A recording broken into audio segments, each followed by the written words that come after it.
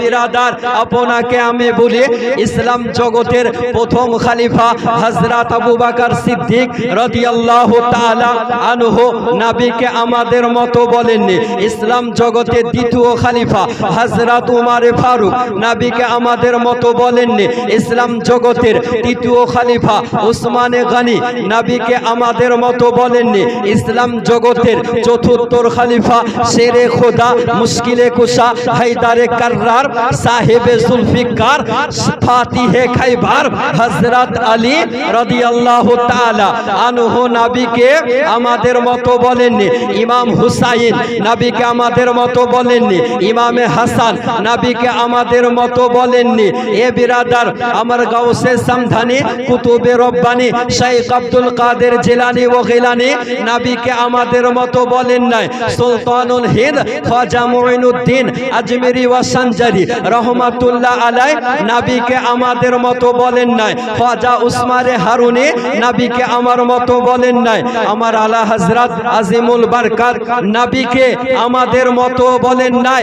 কসম খোদার আজকে বর্তমান আহলুস সুন্নাহ ওয়াল জামাত নবীকে আমাদের মতো বলেন না, বলেন না, বলেন না। নবীকে আমাদের মতো বলা এটা কাফেরের ভাষা, মুসলমানের ভাষা নয়। বিরাদার নবীকে আমাদের মতো বলা হারাম।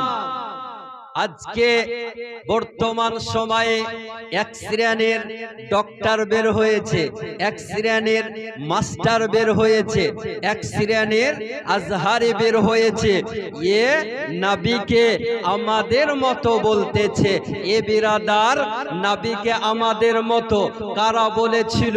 নবীকে আমাদের মতো আবু লাহাব বলেছিল, নবীকে আমাদের মতো আবু জাহাল বলেছিল, নবীকে আমাদের মতো শুয়াইবা বলেছিল, নবীকে আমাদের মতো উতবা বলেছিল।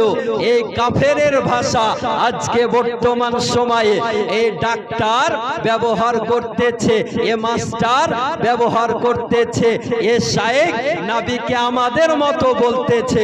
এ বিরাদার আপনাকে আমি বলতে চাই যে কাফেরের ভাষা একজন মুমিন ব্যবহার করতে পারে না, এটা কাফের ব্যবহার করতে পারে।